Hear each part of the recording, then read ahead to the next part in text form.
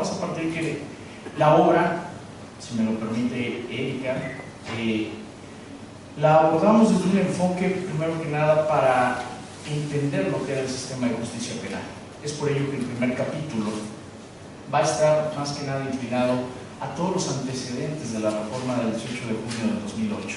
Cómo es que se llevó a cabo esa transición, que si bien es cierto estamos a días prácticamente de que culmine la vacatio legis y que luego entonces ya se tenga en todo el país el sistema mixto preponderantemente acusatorio, lo cierto es que yo creo que es el comienzo hacia la implementación, ahora sí, de lo que es el sistema de justicia penal.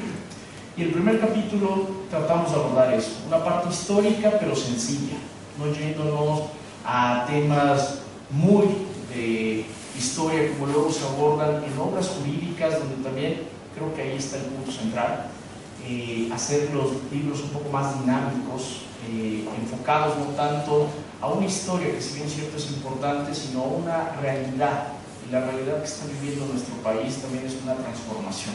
Luego entonces, lo importante que se trató de hacer en el primer capítulo es ese tópico que es sistema penal acusatorio, que el lector lo pudiese entender, que el lector pudiese tener desde los antecedentes, desde los principios, todo el esquema que conlleva estos 10 artículos constitucionales del 16 al 22, 73, 115, 123 en sus debidas apartados y fracciones, para luego entonces entrar a lo que es el juicio de amparo. Y ahí, de verdad, también como decía el maestro, cómo se pusieron de acuerdo, yo creo que fue la parte medular donde llevó muchas sesiones de reuniones, de charlas, de tertulias, con vino, con agua, con pan, y no estábamos siendo apóstoles ni mucho menos, pero tratábamos de llegar a un punto en concordancia donde se procurase abordar desde grandes maestros como lo fue el doctor Ignacio Borbó Orihuela, hasta hoy en día algunos otros constitucionalistas o neoconstitucionalistas como el doctor Eduardo Ferrer Magregor, en los cuales pues bueno, tratamos de tener las mejores bases, abordar a través de la óptica de estos autores y de lo que estaba sucediendo y sigue sucediendo en nuestro país. También la vista que da el segundo capítulo no solamente es amparo, tanto en su forma directa o indirecta, sino que todo lo contrario, busca dar el alcance de cómo es que el juzgador, los tribunales colegiados, los tribunales unitarios, es que a través del juicio de amparo están viendo la óptica para que puedan pronunciarse, para que puedan luego entonces generar tesis. En muchas de las ocasiones ayudan al sistema de justicia penal. Algunas pueden ser las correctas, otras incorrectas, como abogados estamos conscientes. No es un sistema judicial perfecto, todo lo contrario, pero los alcances es tratar de tener un sistema eficaz y eficiente. Luego pasamos al capítulo tercero, donde básicamente allí lo que hicimos fue a través de preguntas, la mayéutica, una de las clases que yo recuerdo mucho aquí en la Facultad de Derecho, a través del maestro Simio, en paz descanse, fue que él nos enseñó que a través de la mayéutica se podían dar contestación, pregunta, respuesta y hacer una dinámica. Y cuando se lo propuse a los demás colegas, en este caso a Erika o a Cuauhtémoc, ellos accedieron y dijeron, claro, ¿por qué no? Hacerlo sencillo, preguntas y respuesta. Algo tan básico y tal vez que muchas de las ocasiones en aulas se deja de ver o se olvida, y es puntos esenciales, tratar de responder pero no teniendo la razón, sino dando posturas. La postura que tal vez en este caso tuvo el legislador, la postura que tiene el juzgador, y luego la toma de postura tratando de guiar al lector a efecto de que pudiese luego entonces el lector poder estar de acuerdo con nosotros o estar en desacuerdo con nosotros. Ahí también recuerdo mucho la maestra Erika, el acercamiento que tuvo hacia la Suprema Corte de Justicia con juzgadores federales, el apoyo que nos dio el Poder Judicial de la Federación también es muy importante, abrió esa brecha para que ese tercer capítulo pudiese estar conformado luego entonces de preguntas, de respuestas, tesis que en esos momentos estaban marcando pautas de ciertas figuras jurídicas, como lo puede ser la vinculación a proceso. ¿Cómo debía de entenderse la vinculación a proceso? ¿Qué es la formulación de imputación? ¿Procedería el juicio de amparo en un criterio de oportunidad? Preguntas que no solamente en el ámbito académico nos hemos formulado, sino que en la parte operativa eran las preguntas que a través de capacitación constante que tanto Erika, Cuauhtémoc, un servidor, nos enfrentábamos con los operadores en los estados, sobre todo, era lo que te decía, bueno, ¿y qué pasa si no me resuelve el juez? ¿Puedo acudir al juicio de amparo? ¿Y qué pasa si no me quiere otorgar el Ministerio Público el criterio de oportunidad? ¿Puedo acudir al juicio de amparo? Eran preguntas que se tenían en la mayor parte de las entidades de la República. Es también menester decir, este libro se genera para los operadores. Esa es una parte importante que dentro de los agradecimientos en consenso los autores pusimos, porque al final del día, a través de esas preguntas, respuestas, no tratamos como autores de tener la razón, sino dar una postura a fin de que luego entonces, como lo comentaba, el lector pudiese decidir si está de acuerdo con nosotros o tal vez está de acuerdo con el criterio jurisdiccional, o tal vez él, teniendo postura A, postura B, en una especie de silogismo, él pueda crear su propio razonamiento. El libro es lo que busca en el tercer capítulo, que se genere un razonamiento por parte del lector a efecto de contribuir a lo que viene a ser el sistema de justicia penal. Cuarto y quinto capítulo, pues bueno, no es más que hablar de las instituciones que van a estar inmersas en el sistema de justicia penal.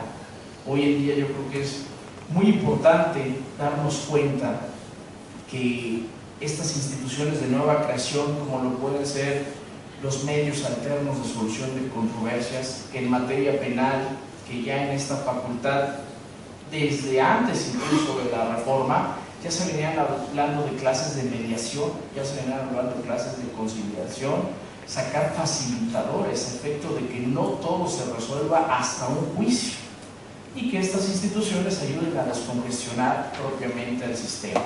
Eso también se buscó, que cada figura jurídica, una suspensión condicional, cómo sea tratada, cómo es que se va a dar, qué óptica es la que se debe de tener, de procurar, para luego entonces tratar de hacer esa concatenación, como decía el maestro en sus palabras hace un momento, el tratar de unir la reforma en materia penal y seguridad pública, así como la reforma en materia de amparo, tratar de converger el derecho penal adjetivo, procedimiento penal acusatorio, con el juicio de amparo, que si bien es cierto, todavía hace falta más que hacer en estas dos materias, lo importante es que la construcción, los peldaños, autores varios, se están generando una especie de dogmas, los cuales están contribuyendo hacia estas dos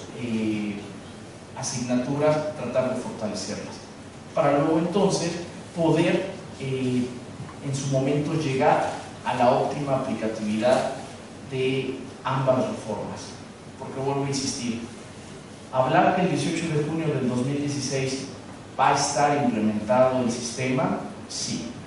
Hablar que todos los operadores, que todos los que estemos involucrados, parte académica, alumnado, profesorado, estamos listos, yo creo que esa es la gran interrogante, y que en su momento también el maestro Carlos ha opinado. Hace falta un poco más, hace falta una constancia, hace falta mayor aceleración. Lo que tratamos o en su momento hicimos con el libro es eso, ascender a un nivel más para que el operador, para que el jurista pudiese alcanzar las opciones de lo que va a traer el sistema de justicia penal, lo que conlleva el juicio de amparo, cómo es que esta ley de amparo, en su momento también el maestro Castillo del Valle lo comentaba, En materia de amparo hay mucho que hacer todavía. Seguramente incluso se habla de reformar a efecto de que pueda converger ahora sí realmente el proceso penal acusatorio con una ley de amparo que en cuestión de términos, que en cuestión de tiempos, no del todo trae bien cómo que se debe llevar en la praxis, porque una es la cuestión sustantiva, otra es la adjetiva. Ustedes como abogados, ustedes como futuros abogados, eso lo irán aprendiendo incluso en su formación. Hay que tener las dos materias, tener la parte sustantiva, es muy importante, pero también la parte adjetiva. La práctica es lo que va a hacer al maestro, la práctica es lo que va a hacer verdaderamente que se generen abogados con convicción, abogados que tengan en su interior el poder ser justos. Eso es lo que tratamos en su momento con la estructura de la composición del libro de generar, de hacer. Y pues bueno, realmente yo agradezco. Voy a ceder el micrófono a la maestra Erika, a efecto de no haber dado todos los temas. Esa es la ventaja de aperturar, pero bueno, yo quiero dar las gracias infinitas y agradecerles enormemente. Muchas gracias.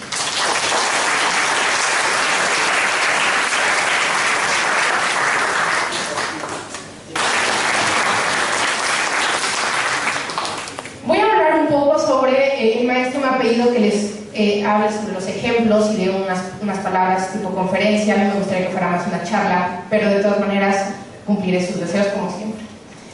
Maestro, casi siempre. Este libro tiene justamente, como ya lo decía Esteban, va a conjugar dos materias y dos disciplinas del derecho muy importantes y fundamentales para todo aquel que se considere penalista o que quiera ejercer su función dentro del derecho penal. Por un lado va a tener la parte del derecho procesal penal, que tiene que ver con el sistema penal acusatorio, y por otra tiene que ver con el amparo como un medio, un juicio para poder llegar a él y poder hacer valer eficientemente aquellos bienes jurídicos que creamos se nos hayan vulnerado por medio de actos de autoridad, de alguna autoridad, que ya sea el juez de control, el Ministerio Público, el tribunal o cualquier otro. En ese orden de ideas, y lo platicaba con el maestro Christopher, decíamos también de la teoría del delito. Y decíamos, ¿qué pasa con esta parte de la teoría del delito y los delitos en particular y el sistema penal acusatorio? Es muy importante que pensemos que no podemos hablar del sistema penal acusatorio si no conocemos dogmática penal. Eso es la parte básica de todo. No podemos hablar del sistema. ¿Por qué? Porque el sistema, como dice Niklas Luhmann, el derecho penal sustantivo se legitima en el derecho penal adjetivo. No vive uno sin el otro. ¿Qué significa esto? Solamente hablar del derecho procesal penal nos estaría limitando como abogados. Necesitamos saber dentro de un proceso, dentro de un juicio, qué es lo que vamos a pedir, cómo lo vamos a pedir y cómo lo vamos a probar. En ese sentido tenemos entonces la teoría del delito. Si ustedes tuvieran una pretensión como defensa legítima, entonces tendrían que tener muy claro que la defensa legítima tenemos que probar en algún momento que fue real, inminente, sin derecho, proporcional y además racional. Y es nuestra pretensión. ¿Dónde lo vamos a poder acreditar esa pretensión en algún momento? Sería hasta la etapa del juicio oral, si es que llegamos hasta allá. Pero entonces fíjense cómo llego a una etapa del juicio oral que es una etapa procesal, pero no llego sin haber tenido antes que estudiar la parte dogmática del derecho penal, esto es la defensa legítima, alguna causa de justificación, un error de tipo, un error de prohibición. En ese sentido, nunca, por favor, dejemos de ver al derecho procesal sin el derecho penal. No pueden existir. Y a su vez, si conocemos demasiado de derecho penal, si conocemos desde la conducta los elementos objetivos, subjetivos, normativos, si conocemos la antijuridicidad, la culpabilidad con sus elementos atenuantes y excluyentes, necesariamente ocupamos un campo donde poder llevarlos a la práctica. Y ese campo no es otro sino el del derecho procesal. ¿Cuál va a ser mi límite o cuál va a ser mi estándar para poder hablar de una teoría del delito en un sistema de justicia de corte oral y acusatorio? Y seguramente pensarán, ¿qué no el libro se llama Amparo? Tiene que ver, todo tiene que ver. ¿Por qué? Justamente el primero de los casos que ponemos en el libro de Amparo es ¿Cuál es el estándar probatorio y jurídico que se requiere para librar una orden de aprehensión? Esta pregunta fue de las más difíciles al momento de elaborar el libro. ¿Por qué?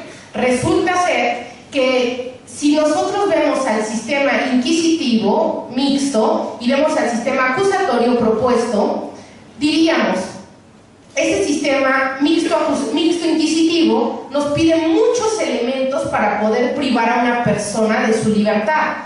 Elementos que en aquel entonces decía la Constitución que se tenía que tener por acreditado el cuerpo del delito y la probable responsabilidad, ¿cierto?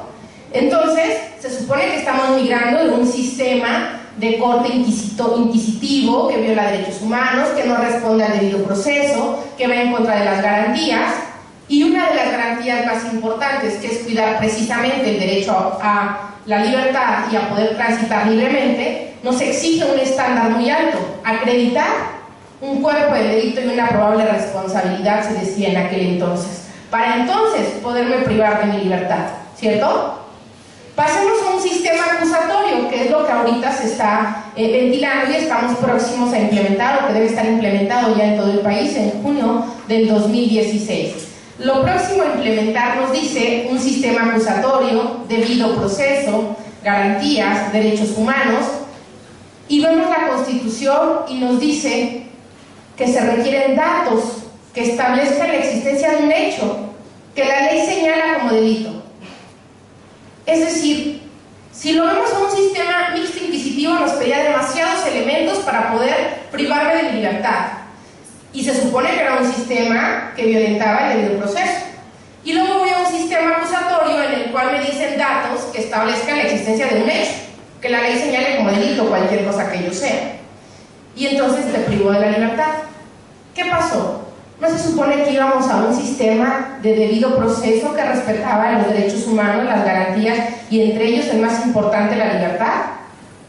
¿Cómo darle respuesta a una pregunta tan complicada si el primer gran elemento de los que estaban en contra del sistema de justicia penal era precisamente este? ¿Cómo es posible que si es un sistema de corte acusatorio que respeta el debido proceso, me pidan nada más datos? ¿Cuántos? ¿Cuáles?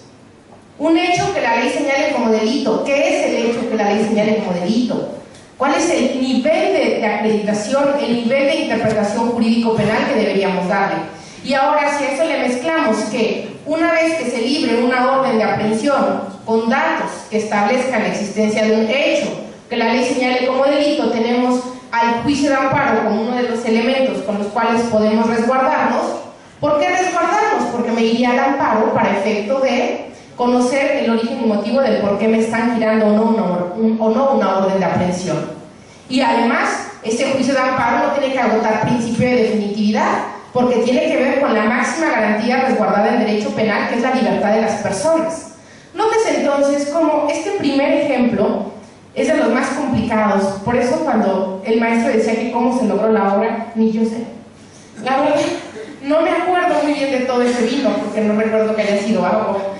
En ese sentido, ¿qué pasa con la teoría del delito? La primera pregunta es: ¿cuál es ese estándar jurídico y probatorio? Cuando dice datos y preguntamos cuáles y cuántos y cuáles, en ese sentido, entonces, también vemos que dice el hecho que la ley señale como delito. El hecho que la ley señale como delito. ¿Qué es el hecho que la ley señale como delito? Ese hecho se ha entendido como la circunstancia fáctica de elementos objetivos, subjetivos y normativos, es decir, la descripción de la conducta al tipo penal.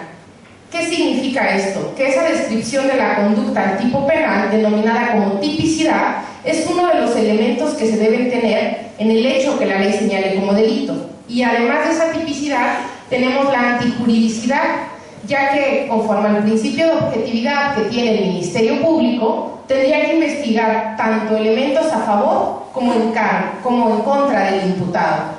Por ello es que se establece perfectamente dentro de la práctica procesal del sistema penal acusatorio que el hecho que la ley señale como delito es el injusto penal, el desvalor de acción más el desvalor de resultado. ¿Qué significa esto? Tipicidad más antijuridicidad, tomando en cuenta que además se van a requerir elementos específicos dentro de esa argumentación, como las formas de intervención delictiva, si es autor, partícipe, inductor, cómplice, si la conducta se realizó de manera dolosa o culposa, si se consumó de manera instantánea, o bien si solamente se puso en riesgo el bien jurídico tutelado.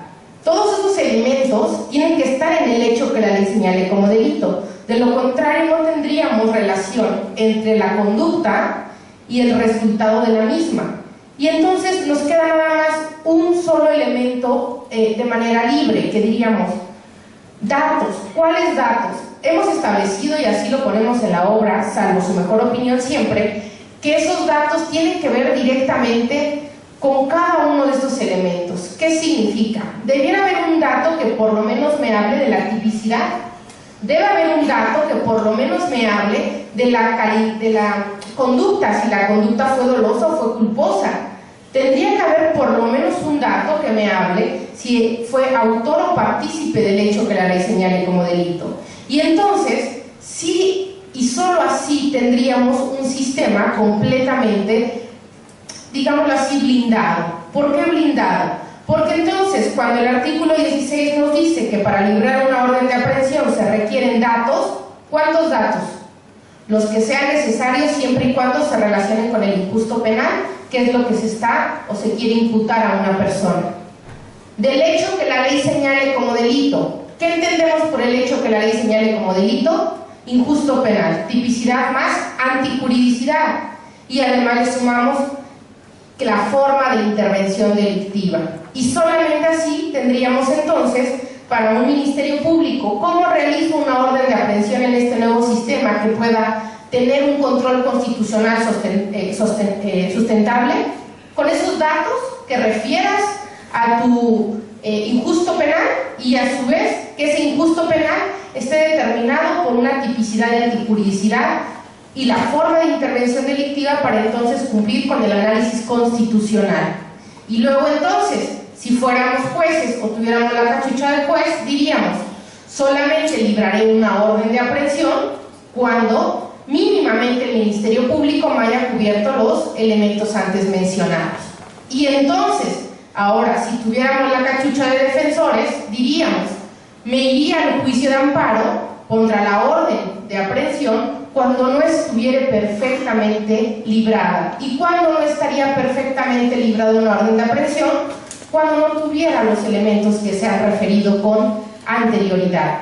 De esa manera entonces cerraríamos los elementos: quién la solicita el Ministerio Público, con qué tipo de estándar; quién la autoriza, que es el juez de control, con qué tipo de estándar; y quién la va a controlar en algún momento desde el punto de vista del control constitucional para saber si cuenta o no con los elementos suficientes que den por determinada esta orden de aprehensión. Eso aunado a que en el sistema de corte oral y acusatorio la orden de aprehensión ya no se ejecuta para llevarse a un centro penitenciario, sino que la orden de aprehensión se ejecuta para llevarse a un lugar distinto de la prisión preventiva y distinto de donde se compurgan penas. Por lo regular se lleva a los centros de justicia para que sean llevados a audiencia y entonces se les formule la imputación. Este análisis que les he puesto, que es uno de los casos prácticos que contiene el libro, también tiene que ver con otro tipo de elementos.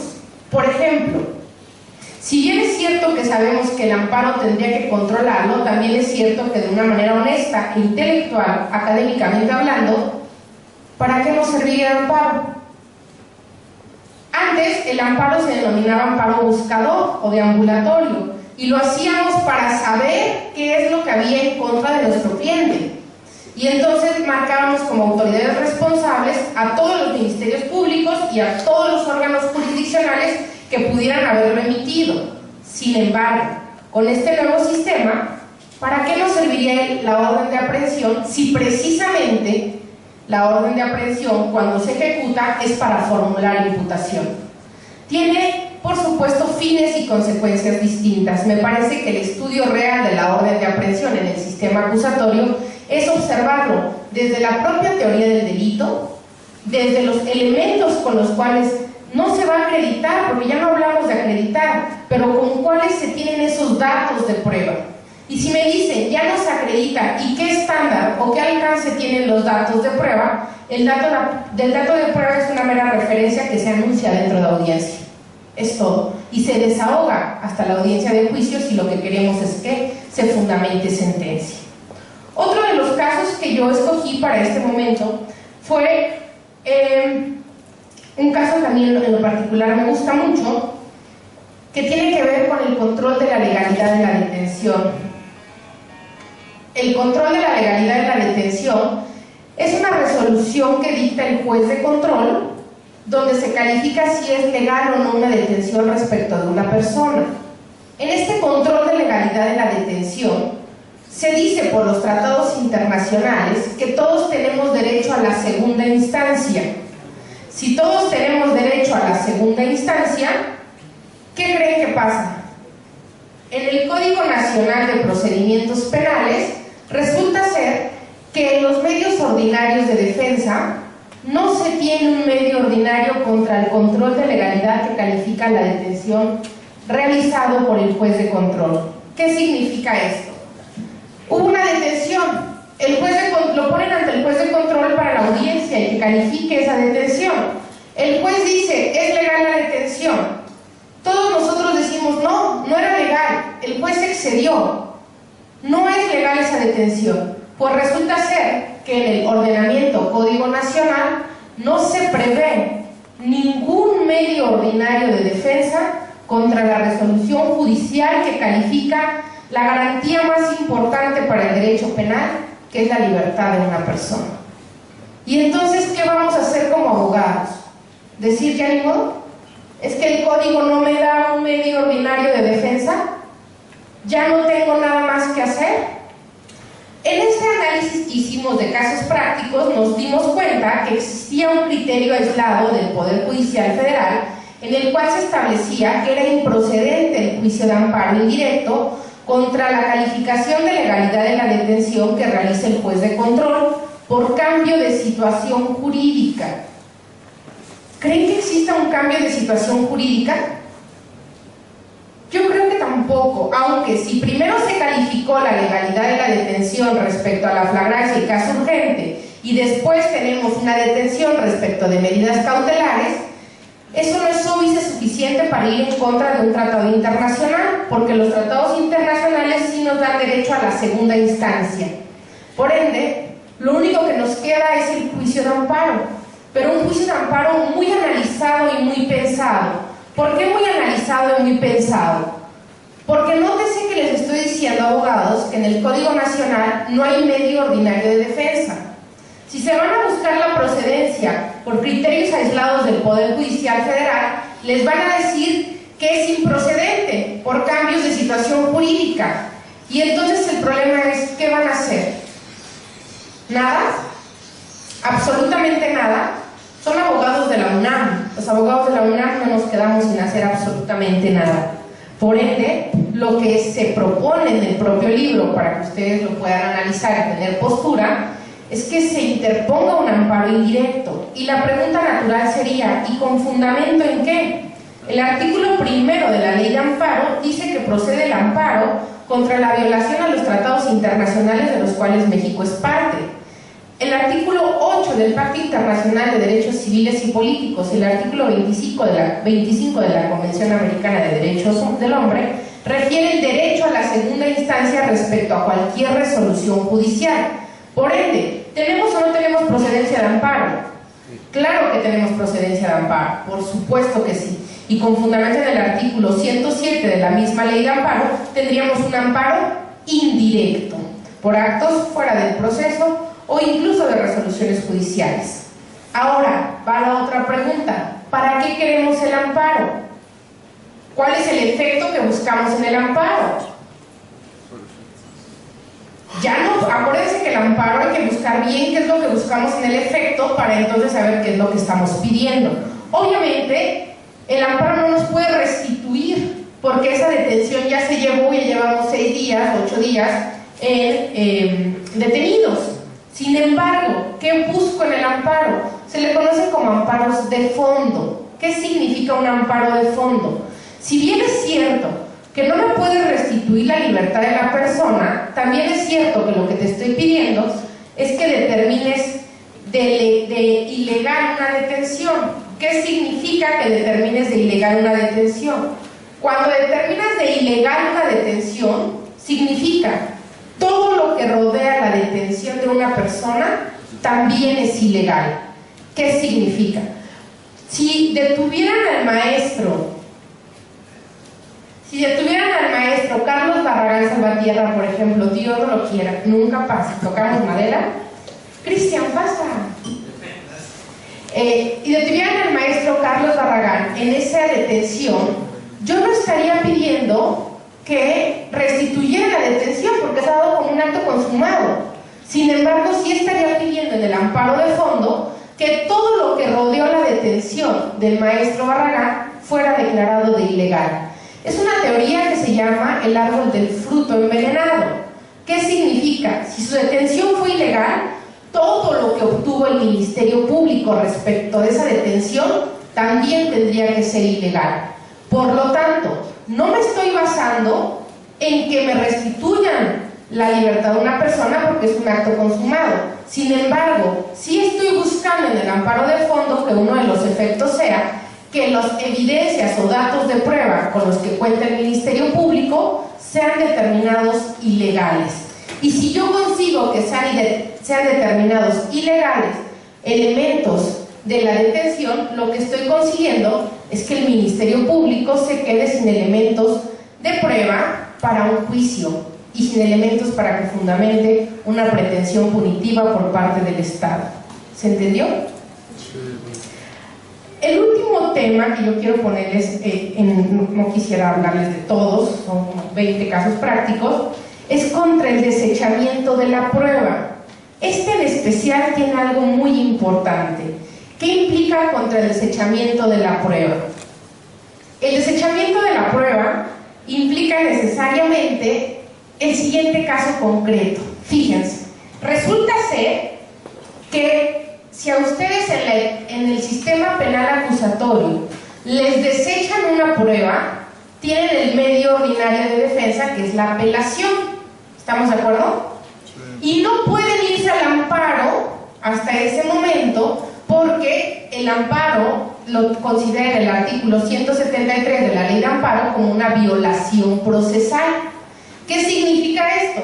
Que tengo que esperar a ver si va a causar un efecto en la sentencia y si ese efecto me perjudica, para entonces hacerlo valer en un amparo directo como una violación procesal. Y si nos vamos a ese artículo 173 de la Ley de Amparo, nos dice que el desechamiento de las pruebas es una violación procesal. Sin embargo, hubo criterios aislados de tesis de Chihuahua y Nuevo León que dicen que debería de proceder el amparo indirecto contra el desechamiento de pruebas en la etapa intermedia en el sistema penal acusatorio. ¿Qué significa esto? Significa que están dándole una procedencia a una violación procesal para un amparo indirecto, lo cual es un tema de mucho debate.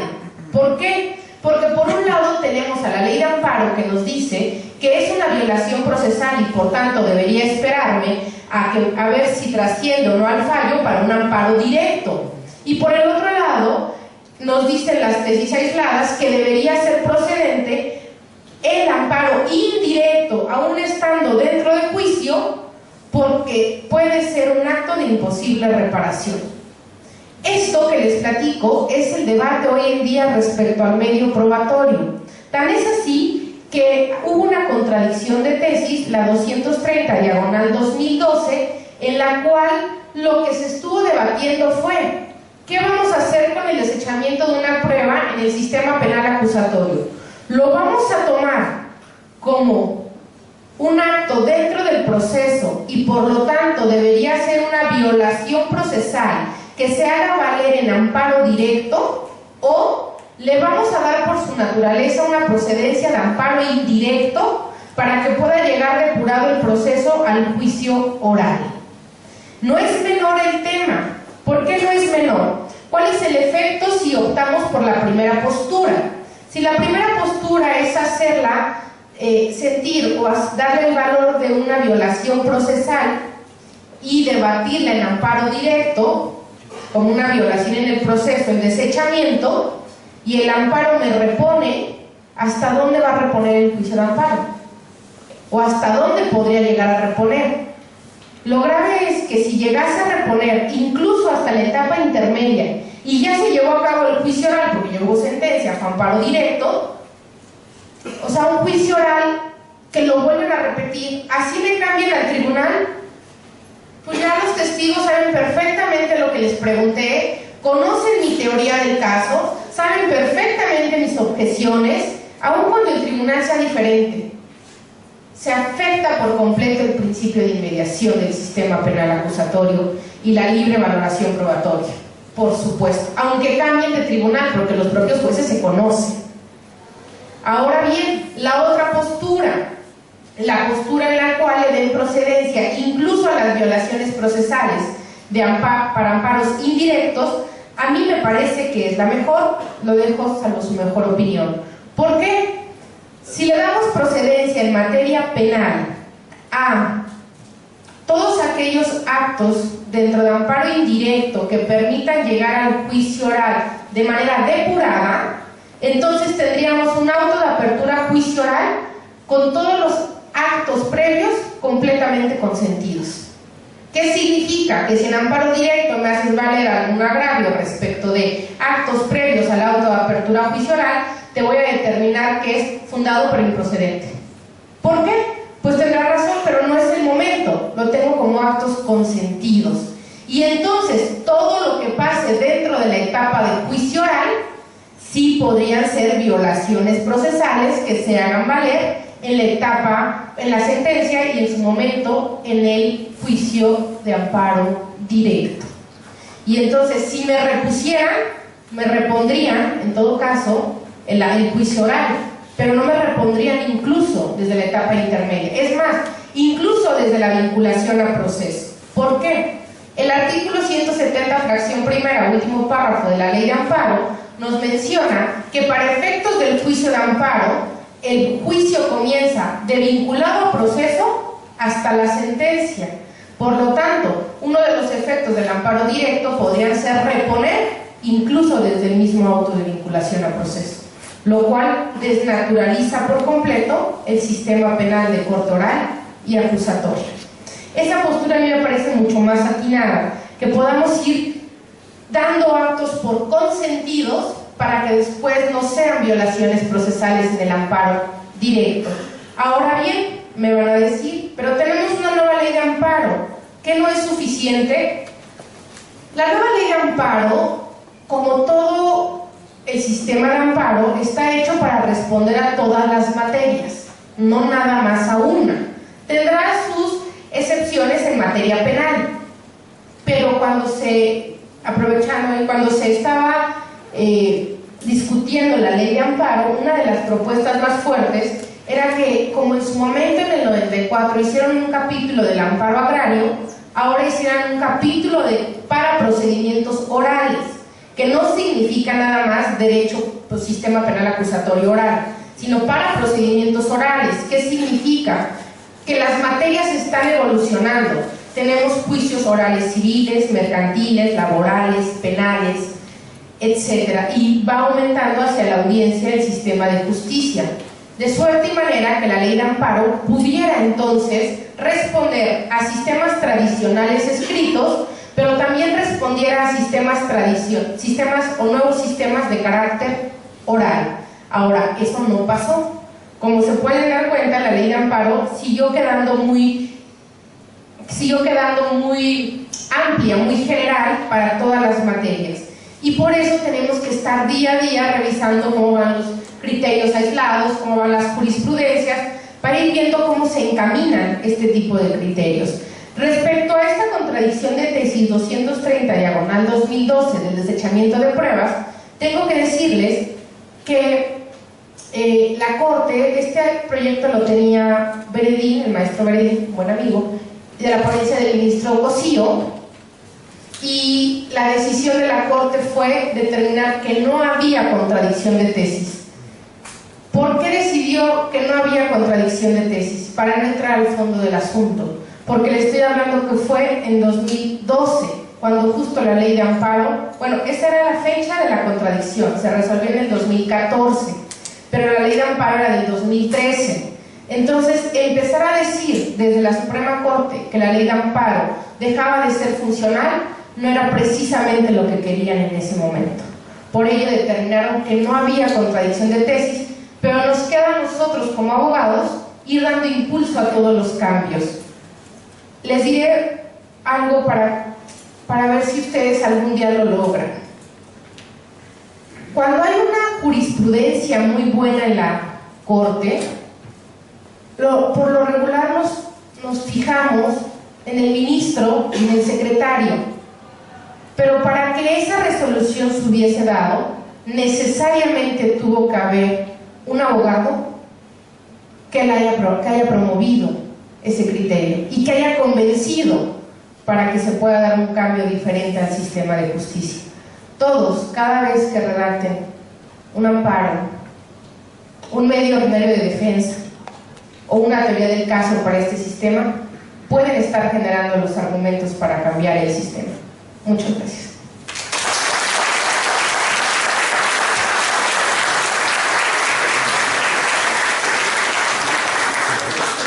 Queremos agradecer a la maestra Bardales por la exposición que